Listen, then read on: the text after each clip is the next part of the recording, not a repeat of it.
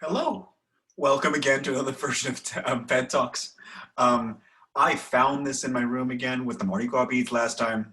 I might as well not wear these anymore. They're cool though. Maybe not for mid-May. All right, so today what we're going to be talking about going forward here is we're going to be talking about surface integrals. Now, we kind of just discussed the parameterization of surfaces, and we kind of saw that we could parameterize a surface with two variables, usually u and v, but it could be any other type of variable. We thought of theta and z, we thought of r and theta, we thought of phi and theta too, right? We thought of all these different things, x and y. We can do a lot of these. And in this one, we're going to be now tackling integrals over surfaces. Now, what does that actually mean, right? It's tough to even think about what does a surface integral actually physically represent. What does this really mean? There's going to be two types, very similar actually to what we kind of did in section 16.2. As you'll recall in 16.2, we covered the ideas of two different types of integrals. One of them of this form, something like this, and another one of this form, where we had another curve C, we had a vector field dot dr. Now, what did these actually mean? Right, this first one up here, this integral with respect to f of xy, which is a scalar function, represented the net area above this. It was like a curtain, right? The net area, that curtain above it, above that curve C. So I basically found every single point there, right, on my xy plane, and I kind of just extended that. We can also extend this to something of the form f of xyz ds over a curve C in 3 dimensions. Now, what's interesting about that one, that interpretation there is a little bit different. You can kind of think about that I have this very thin wire that's kind of all around in 3 dimensions here. And at every single point on the wire, I've defined it as a density. And that density is f of x, y, z. And when I integrate over all that curve C in this case, we can think about this integral, at least specifically here, this integral as maybe, the mass of that curve, the mass of that wire that I'm coming around with a density of f of x, y, z. Now this one over here kind of represented work, right? It represented the net work done from the vector field on an object that's moving through that in a curve C. And so these are two fundamentally different ideas, but now what we're going to do is see, okay, can I extend these things to surfaces? Can I now extend these to surfaces? Can I now think about these two integrals and surfaces, and what do they actually mean as a surface, right? The first one we're going to tackle is scalar functions. Okay, so something like this, but now over maybe over a surface. So we're going to tackle something that looks like this. f of x, y, ds, at least to start off here. We can even go even a little bit further if we wanted to at least make this more clear. I'm now going to be tackling the double integral of f of x, y, z ds. Okay, now think about what this meant. Up here, this is a capital S here. This was a lowercase s. This meant arc length. Right, this was like kind of our differential of an arc length. Here, this differential is really meaning the differential of the area. Okay, so I'm on a surface. So what I'm basically thinking about here is I am integrating this function over the surface. So I want you to think about it as follows. Imagine I have this surface of this cylinder here. The surface of the cylinder. We were not thinking about the surface, we're not thinking about volumes. This is not a volume integral, this is a surface integral. It's a very different kind of thing. What I'm going to do now is I'm basically taking, at every single point here, in terms of x, y, and z, I'm defining a function value. You can think about it as a density, if it's positive. You can think about it as a net density in some way.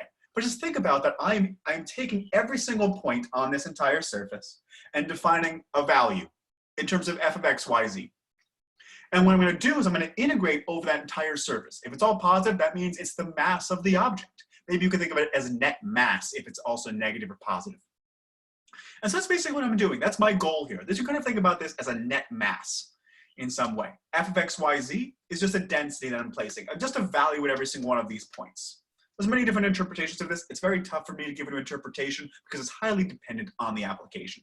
But I think that is probably the best one, when we think about this going forward.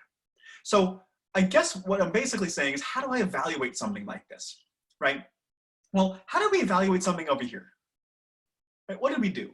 Well, what we saw was we evaluated something like this actually pretty nicely, right? We parameterized our curve C. And then we parameterized it, and we evaluated f at x of t and y of t, which is our parameterization. And then, since this was a scalar function, we took the magnitude of r prime of t dt, right? We took the derivative of, in this case, we took the magnitude of the derivative of my parameterization. Now, why did we do that? Well, we saw that arc length, as a reminder, arc length could be written as something like this, right? U du here. So this is kind of like, how long is an arc length? Well, we're trying to find out how long an arc length is. We know for a fact it's very highly related to this magnitude of r prime of u, right? In that same way. So if I want to do the same thing, maybe in this representation of I have a surface now, I have f of x, y, z, what can I do? Right, what happens now? Well, what happens now here? Well, in this case, I need to figure out what to change ds to, right? I can parameterize my curve S. I'm gonna parameterize this as r of uv, okay? And uv is in my some domain D. It could be anything. It could be any domain D, honestly. It could be anything that you would like there. Now, what do we do from here? So I need to figure out how to change this surface differential to something with time. And what's going to be related to now, as a reminder, what we're doing here up here is we're taking infinitesimally small ds's, right? We saw that we had this ds was equal to the magnitude of r prime of t dt, something like that. But over here now, we have this big ds.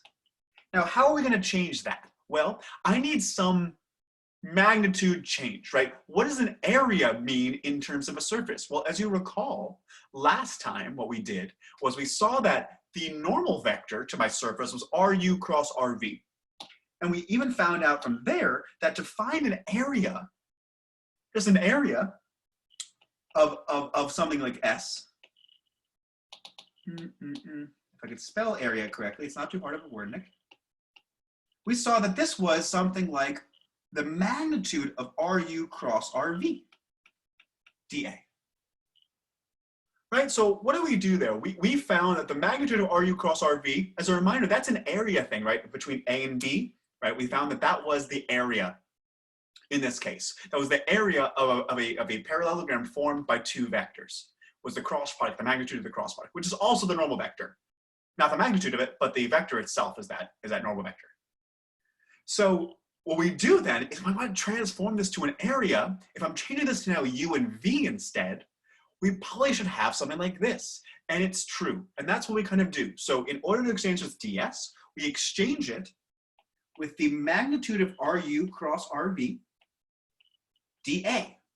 And this is still an area integral, but now this is kind of the change of, you know, the price I need to pay when I change from a differential of sort of arc of area to a surface area to a differential of area. This is kind of the, you're going to think about as the morphing term that I need. I need to morph this into a certain way. I need it's kind of like a weight that I need to put on it.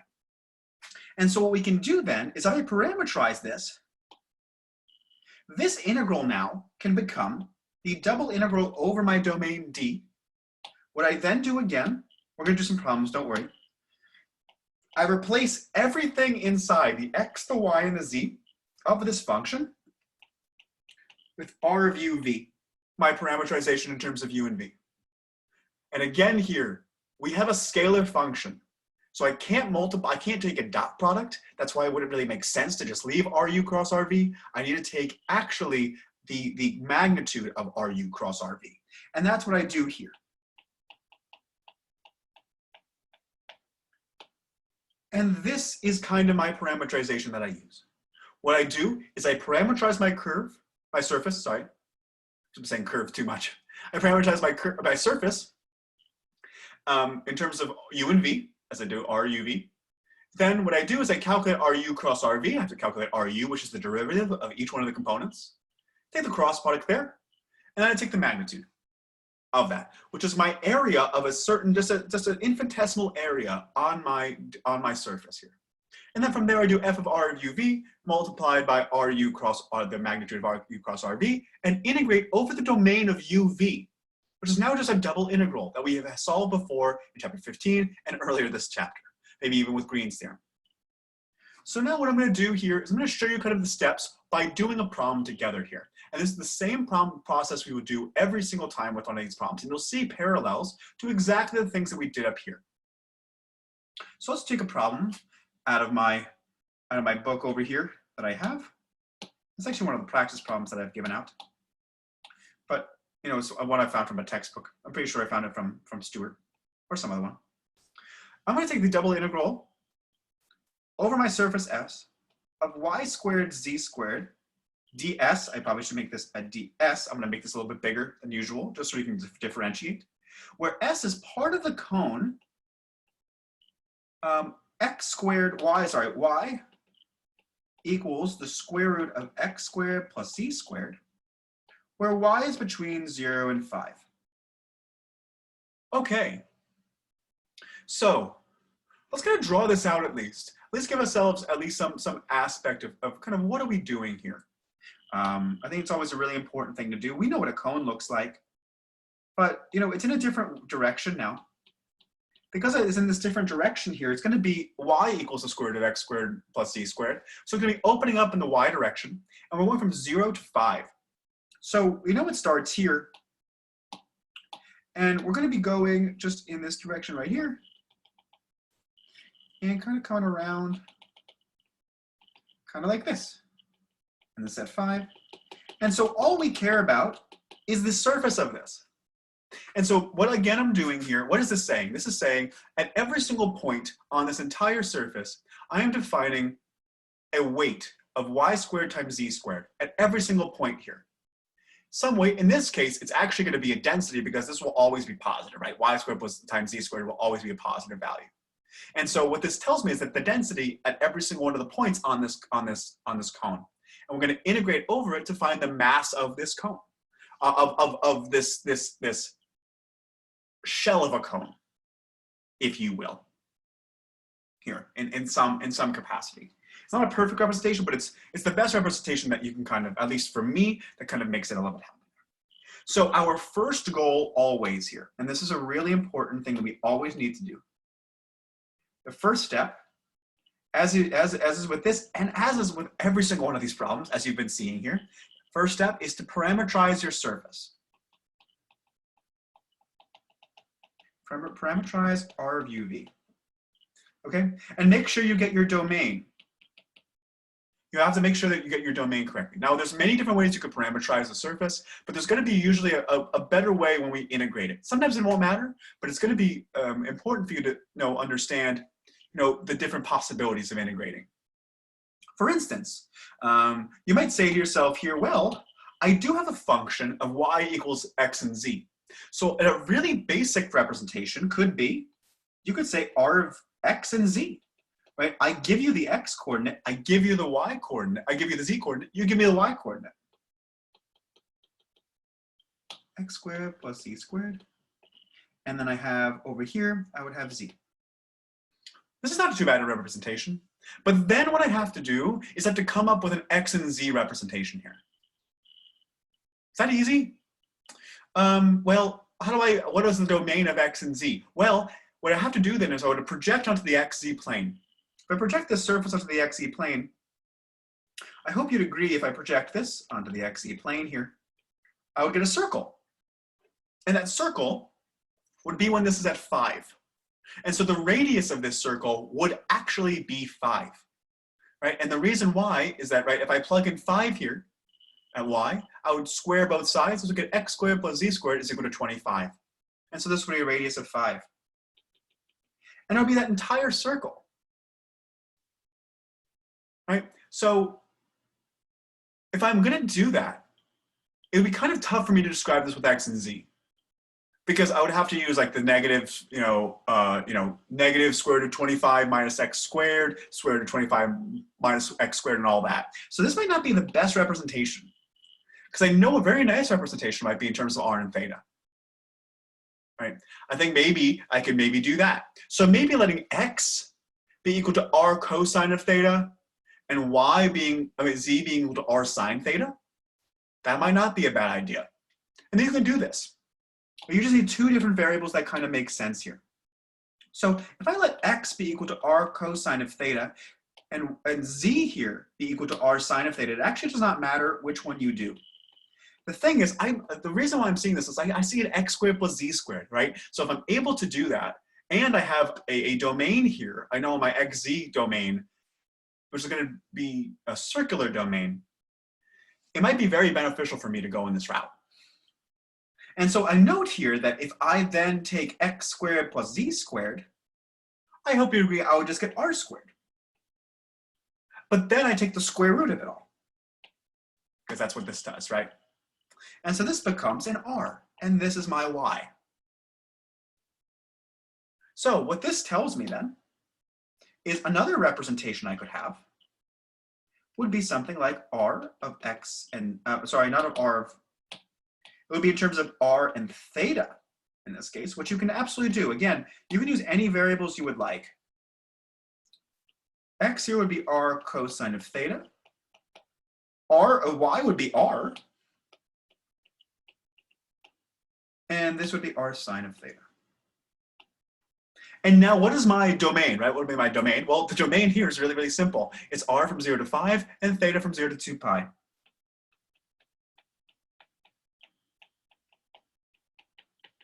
And think about why this makes sense, right? The y coordinates should be going from 0 to 5. Right? That makes sense. And then I'm just going on a domain like that. So I'm going to use this representation because I actually note that this is going to be pretty nice, at least in terms of a computational aspect. Right? This one might be a little bit easier in terms of like the normal vector part, but then this domain part will become very, very difficult. You know, plugging this guy in here, I'll probably need to use a trig sub, honestly, and I'm not really about that life if I can kind of avoid that. So I'm going to try to avoid it. So that's the first step you always do, is parameterize your domain, parameterize your surface, and go from there. The next step, in this case, right, I need to calculate this kind of distortion factor, as it's sometimes called, this magnitude of RU cross RV. How much do I have to distort this to kind of make it happen? So think about the last time we would have to maybe calculate the magnitude of R of prime of t, right? So I need to calculate this. So I'm going to do, first off, isn't that R sub R? I mean, I need R sub R here. I am becoming a pirate. And I'm sorry. But now I'm going to take the derivative of this function with respect to r. This one would just be cosine of theta. This one would be 1. This one would be sine of theta. Then with respect to theta here, I'm going to have this one be negative r sine of theta. This now is going to be 0 here. That's going to be nice. And then lastly here, I would have r cosine of theta. And now my goal is to take the cross product of these two values. Okay. And I will go ahead and do that. Now, you know, it's interesting because you might say to yourself, okay, what should I expect here? You know, what do you actually expect of this normal vector to be? You know, what would it be dependent on? Well, the cones are actually pretty nice, right? They all kind of just always are kind of angling. It's kind of tough to visualize that, especially in terms of r and theta, especially. Maybe x and y, you might be able to start to do that, but this one would be pretty tough. So in this case, r sub r and r sub theta here, I'm going to take my x component is 1 times r cosine of theta minus 0, kind of going from there. And then the negative one is going to be a negative r cosine squared of theta plus, well, it's going to be really, it's going to be a plus, and that's going to be sine times negative, right? Negative r sine squared of theta. I need to put this negative in here, right? Because in my j component, I'm going to negate that j component here. I'm going to get that. That's going to become simplified really nicely, as you can probably tell. And then lastly here, for the k component, I'm going to get cosine times 0, and then minus this guy, which will be just come r sine of theta. And so you can clean this up and just get r cosine of theta negative r sine of theta. And this is my normal vector, right? R sub r cross r theta here is going to be my normal vector to my surface of my cone. Now, you might say to yourself, does it matter which direction? Because there's really two normal vectors, right? We're gonna have to worry about that later, unfortunately, when we talk about vectors in the vector fields. But for right now, we don't have to worry about that because we're taking the magnitude. The magnitude will be the same in either direction that you take. So here, we now compute the magnitude, which is actually gonna be pretty nice, as you can probably see here.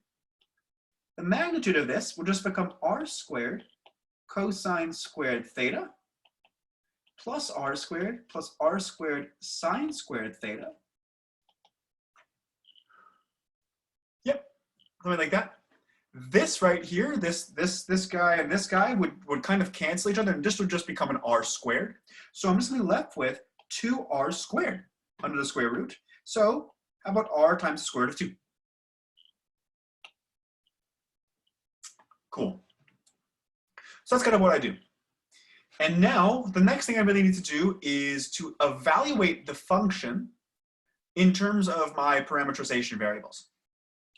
So what's kind of interesting here, and I hope you kind of see this r here. Do you kind of remember that when I switched to cylindrical or polar coordinates, I have to do an r dr d theta or r dz dr d theta? That's where that kind of comes from, a certain way. The square root of 2 is a little bit different, but you know, it comes from it based on what we've done here, kind of having to go through this. It's based on this r, and it's based on the square root of 2, this distortion factor, especially for this problem. So from this point, the third thing we're going to do is take this y squared z squared and plug in our points. You can do this all in one fell swoop if you wanted to. I'm just going to do this one step at a time because it's just a little bit easier that way. If we calculate this guy, so y squared z squared will become what? Well, this becomes r squared times r squared sine of theta squared, which becomes r to the 4th sine squared theta. Oh no, we're gonna have to use a double angle identity. Dang it. It's okay. We will live. And so lastly here, evaluate the integral. The integral. Evaluate this guy. So this integral then becomes the following. Kind of combining everything here. I need to take this guy multiplied by that guy.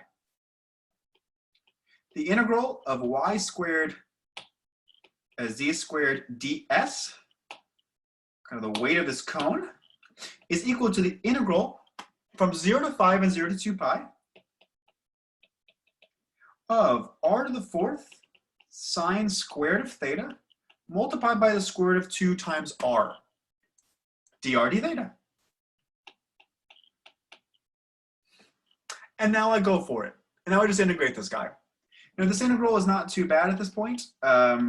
This becomes, and I can actually split this up because this is a separable equation and we're in a rectangle, a polar rectangle here. And so this becomes 0 to 5, square root of 2 comes out, r to the 5th dr, something like that. Sine squared, there's actually a couple different ways you can do this, right? One of the ways is via the double angle identity.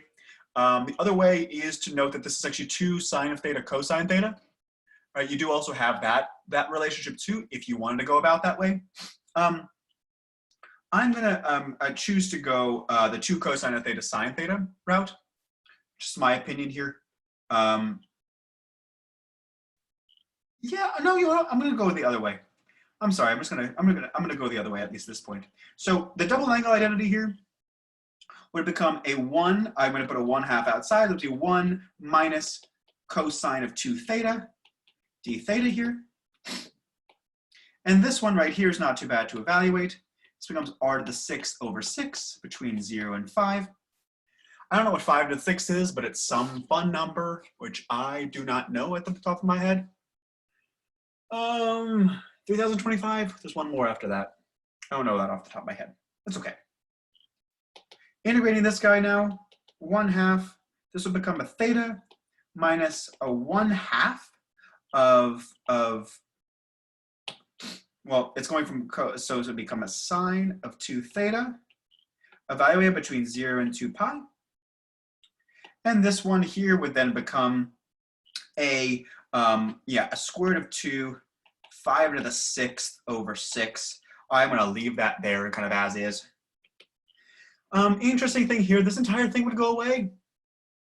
Right, this entire thing here would go away because 0 to 2 pi, right? This would be 2 pi, it's 4 pi, sine of 4 pi is 0, sine of 0 is 0. So this whole thing would go away. So I'm really just left with this guy, which is not too bad. So this becomes 2 pi over here, and this whole thing would just become pi. So the final answer here, 5 to the 6th over 6th. And this is my answer. So kind of looking at the process here, this is the same exact thing every single time. What we do is we take our parameterization, we parameterize our curve our surface D. We're gonna go through that process. We take the distortion factor, we do RU cross RV, which is, this is the normal vector to our surface. We're gonna need that in a little bit. And then what we do is we take this cross product, we take the norm of that, plug in our representation for F, and then evaluate the actual integral and go from there. That's how we do that. That's the idea of surface integrals over scalar functions. Now, the other thing we talked about, going back up to here, was this integral. It was this integral, which was net work. Now, could I do something with this with the terms of a surface? Yes. And now, what would that mean? This video is going to be a little bit longer, so I apologize, but I think it's a really important thing to at least see these both in the same exact context. It's actually very important to see these both in the same context. So what I'm now going to do over here is I'm going to start to introduce kind of this integral. Okay, now what does this integral mean? Right, what do we actually mean by when I say this integral? What do I mean when I just, evaluate it? What do I mean? All of that. Well, we first have to talk about this dot product. Right, where's this dot product going here? This is now an S, this is a vector. I'm going to do this as a capital S vector. What is this really doing? Well, this can transform, this is just a shorthand of writing something like this. ds here. Now, this is just our same surface differential, but now what's this? Right, what's this guy? Well, this right here is going to be the unit normal vector to S. Unit being that it's going to be a unit normal, so sometimes you just call it a unit normal, so it'll be just a magnitude of 1. Right, just a magnitude of 1. It's the normal vector to the surface. So I'm going to kind of draw this out as best as I can. It's not going to be a good one, and I apologize. So we have our unit normal vector.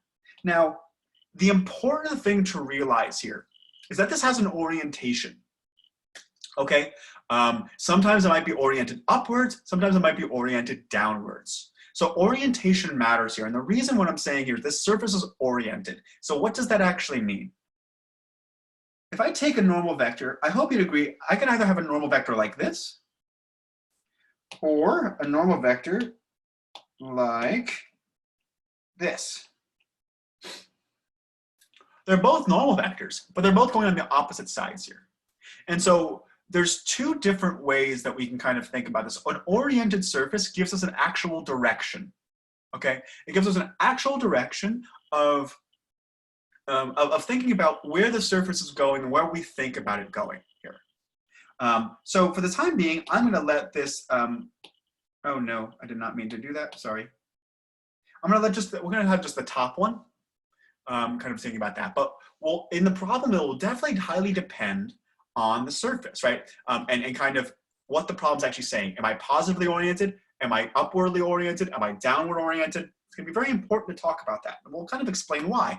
Well, it's mainly in the same exact way that we kind of talked about back in our work integrals, going from counterclockwise or clockwise, right? Or going from A to B or B to A. That actually matters.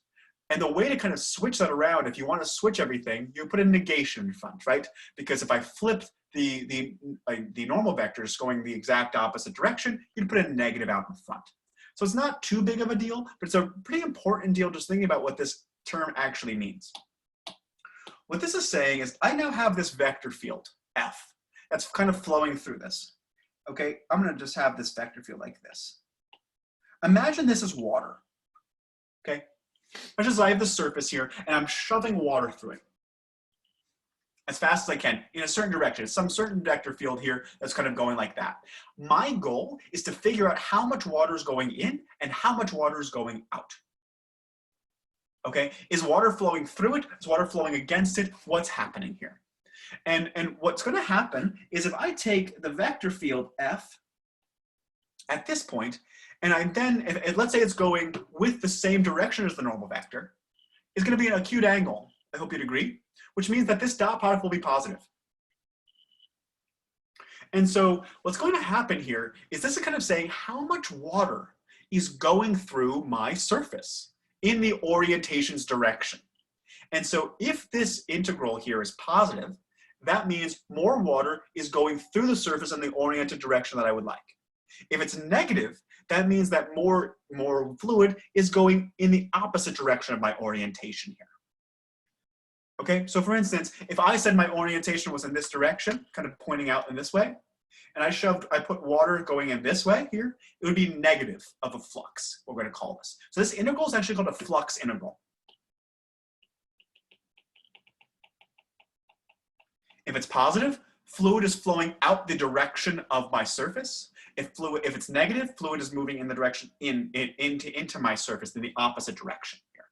If it's zero, we have an equal amount in both ways. And we're summing up all of the possibilities at every single point on this surface, right? I have a normal vector maybe over here. That's maybe a little bit different. I've kind of, maybe it's over here, and now I take my vector field going in this direction, and I add up all these contributions.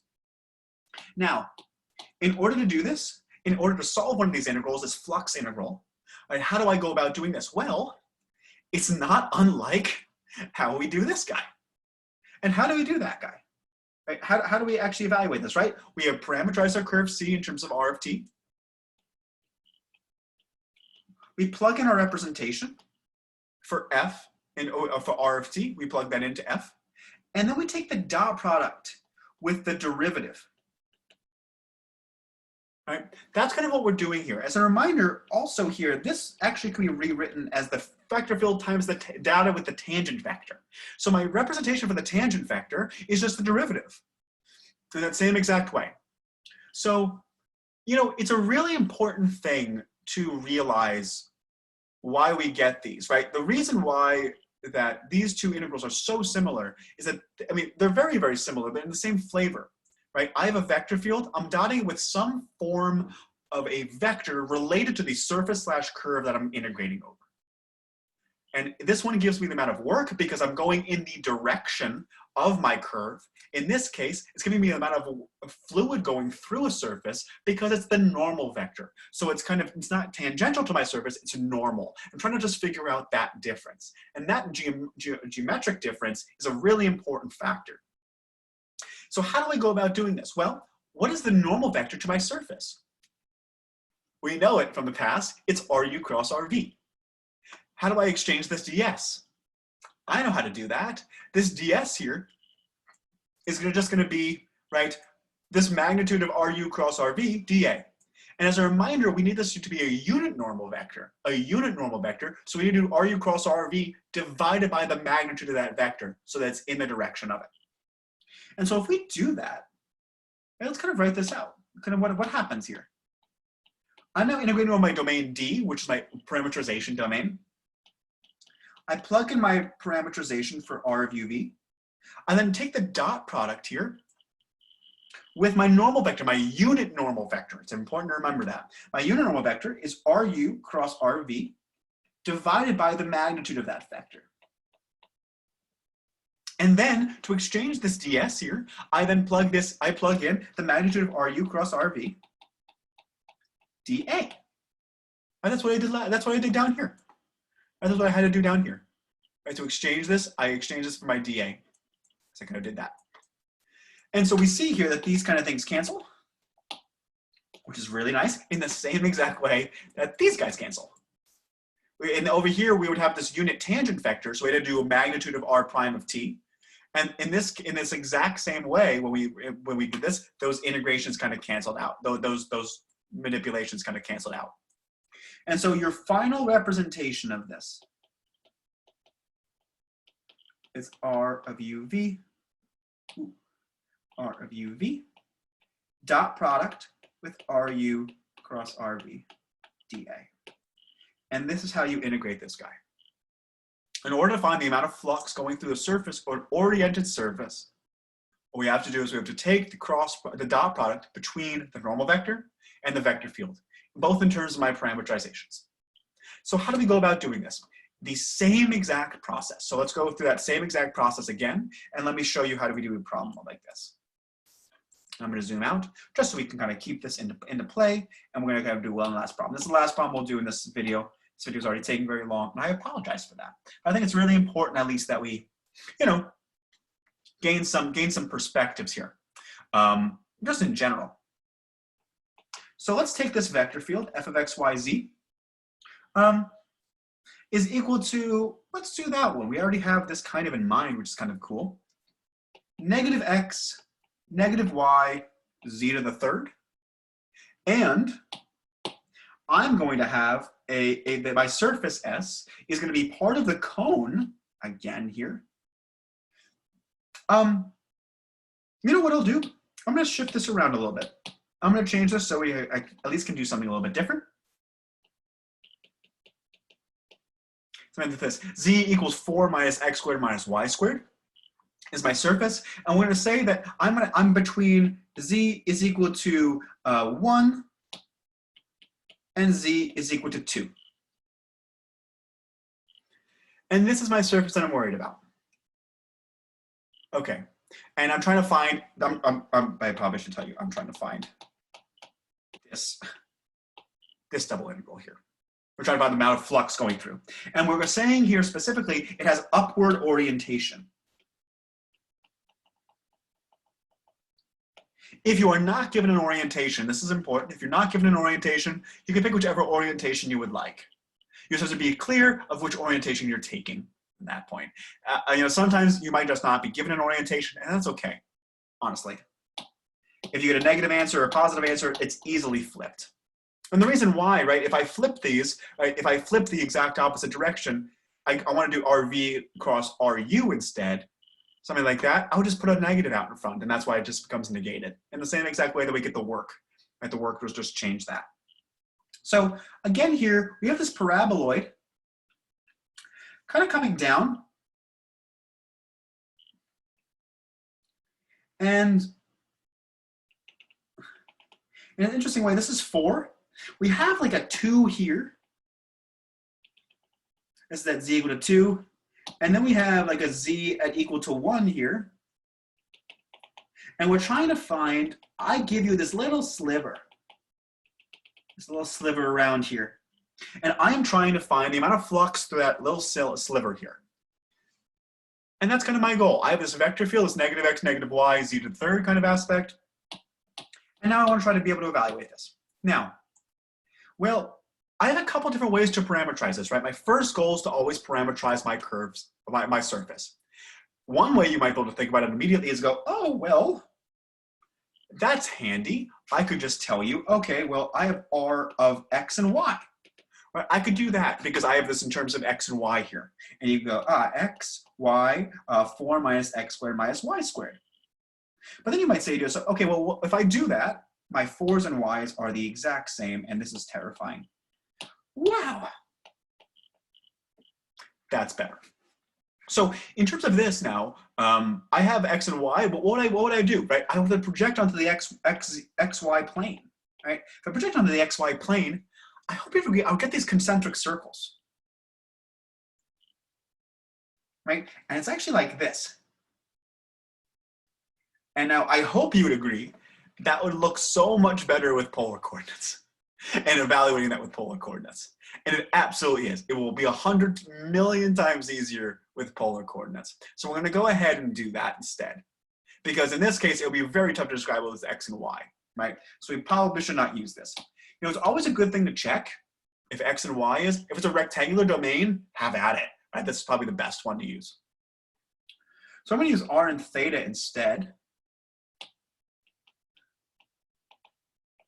And what we usually like to do, right, in this case, we let r be r cosine of theta, r sine of theta. And then here, what's interesting is that this z here, in this case, would become 4 minus r squared, because x squared plus y squared is z squared. So this last one would just become 4 minus r squared. And then I have to figure out my r and theta. Well, theta, I hope you'd agree, is pretty easy. From 0 to 2 pi, right? It's this full circle. But what do these circles, right? What do these circles actually look like, right? How long are these radii? And what's interesting to say here is over here, you can actually tell this would be 1 is equal to 4 minus x squared minus y squared. That's the equation for that, z equal to 1, which I can kind of move around. I'll get x squared plus y squared is equal to 3. So the radius of this circle at z equal to 1 is the square root of 3. Okay, at 2, I get x squared plus y squared equals 2, or the square root of 2. So in this case, my radii are going to be between the square root of 2 and the square root of 3. This is the square root of 2, this is the square root of 3. What's my parameterization? There you go, done, r to theta. Now, what I want to do next is I now need to calculate RU cross RV. I want to calculate that. So let's go ahead and do that now.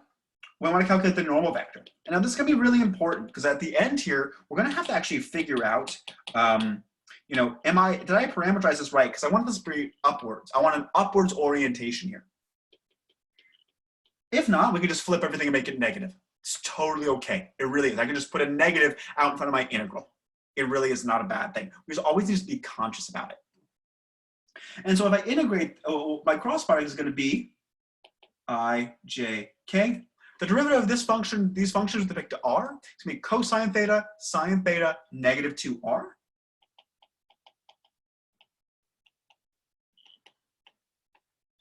The ones over here, with respect to theta, are going to be negative r sine of theta. This one will become a negative r, I'm sorry, negative, my bad, just r cosine of theta.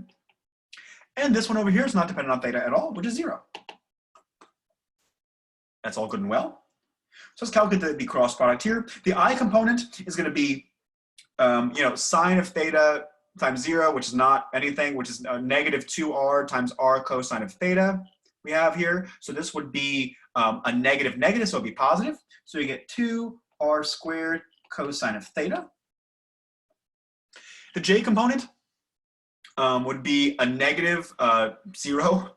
In this case, over here, this would be, again, a negative 2r sine of theta. So it would be a negative here, actually, because we're going to be doing a negative 0 minus, which would become a minus times a minus. So this would actually be a 2r squared sine of theta. It's really tough to keep the minuses in there. There's 3 minuses in that one.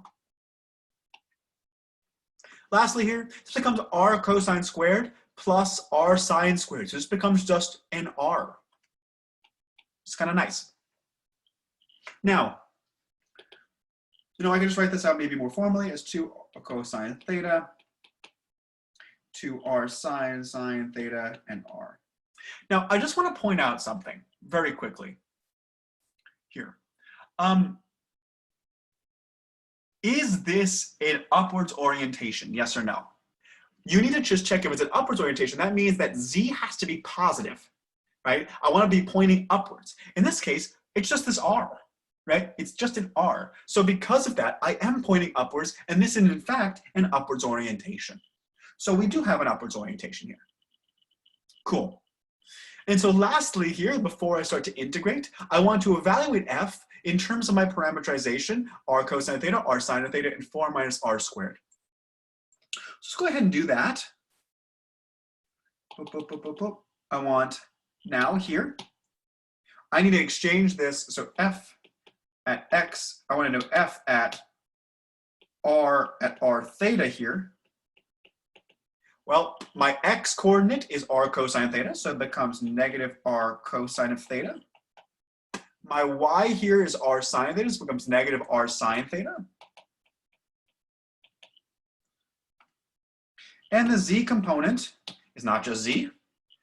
I get 4 minus r squared to the third.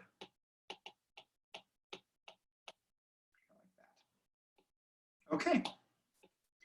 So now I have all the ingredients. I now have everything I need to bake a cake, and now let's cook it.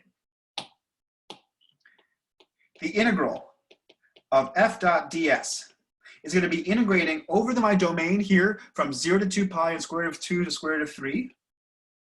So square root of 2 to square root of 3, 0 to 2 pi. This vector field right here, negative r cosine of theta, negative r sine of theta, 4 minus r squared to the third. Dot product here with this thing. You might say to yourself, oh, this is really nasty, but yeah, it probably is. Cosine of theta. I don't have a better option of that. Sine of theta, r, dr d theta. And so we have this guy. So let's go ahead and try to just evaluate this. Let's take the dot product out. If necessary, we can stop here. But you know what's going to happen, I hope you'd agree, is that this will become a negative r, so it'll be negative 2 r to the third times cosine squared. This will become a negative 2 r to the third sine squared. So these two combined will just become negative 2 r to the third. Cool. That's really nice. So now I have to just deal with this guy, which becomes 4r squared to the third times r. dr d theta. There's no theta component. I can just already integrate that out. So this becomes just 2 pi. And now I'm going to separate this into two integrals because I probably want to do a u sub here. I don't want to actually take the cube out. That would be just kind of terrible. So I'm going to do a u sub on this one. Here I'm just going to integrate that just regularly. I already have that.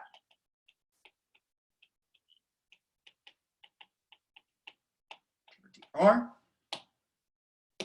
And so here, this guy, I'm going to let u be equal to 4 minus r squared. Du then is equal to negative 2r.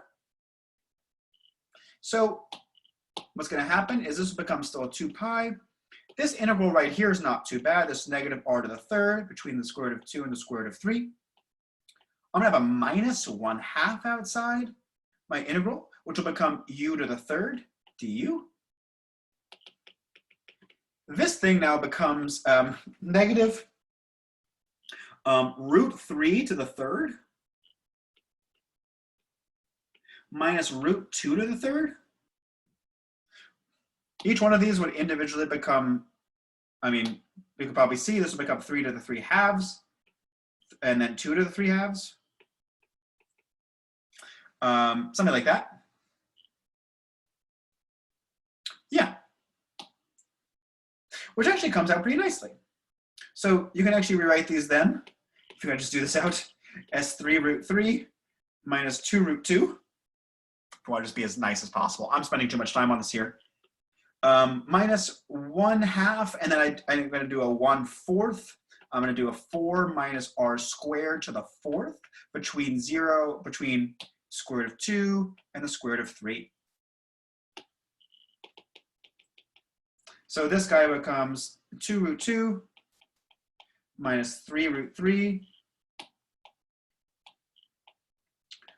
minus 1/8 times 4 minus 3. So this 4 minus 3, which is just 1. And then I have 4 minus 2 to the fourth, which is 16. And so cleaning this up, you know, you get the picture. I can't see this anymore. 3 square root of 3. This guy would just become a positive 15/8. And so this is your answer, whatever that answer is. It seems like it'll be a positive number. So that means more fluid is moving through in the direction that we were liking here. It's in the direction here of you know, the outward normal that we've kind of tackled here, this upward orientation. And so that's it. You know, kind of scrolling out here and thinking about what we did, it's this exact same process, right? We want to have the normal vector. We want to just RU cross RV. We first need to find out correct parameterization. We saw that we could use X and Y. It'd be very difficult to. R and theta look a little bit better in terms of at least this domain here. And then kind of coming for full circle here, fun time, we can then calculate the normal vector by doing R sub theta. We then plug in our representation of the vector field. Let me go ahead and just try to evaluate that by taking the dot product. Making sure you take a dot product here, right? I have a vector field. I need to take a dot product. I don't multiply. I don't take a magnitude. It wouldn't make sense to do that, right? I need a scalar function to integrate. So I need to get the vector field into a form that I can do that to. And so from there, you know, I can come back and I just integrate this guy and I get this answer here. This will give me the net flux. We have to just make sure always that we're in the correct direction. If we were in the wrong direction at the end, we realized it, we go, oh no, minus sign, done. So it's always a good thing to kind of just check that. And so these are kind of the ideas of surface integrals here and kind of how to do these problems. I hope that's going to make sense here. Just making sure that it's a very, very similar, I hope you guys see the similarities between, you know, something like the work integral and this flux integral, something like this you know, this area of a curtain sheet kind of things, and now this weight of a sheet in a certain way, right? Now I'm taking the weight of it here, and I'm kind of at every single point tackling that. So that's at least for this part here. I will stop right now, but if you have any questions, let me know. Feel free to let me know if you need anything else, or kind of what I should be doing next. I'm going to keep doing this. Next one we'll do is on Stokes' theorem and divergence theorem, and we'll go from there. Yeah, so enjoy your days and keep believing that it's Christmas soon. It's not, but we're getting there. All right, have yourself a great day, guys. Bye.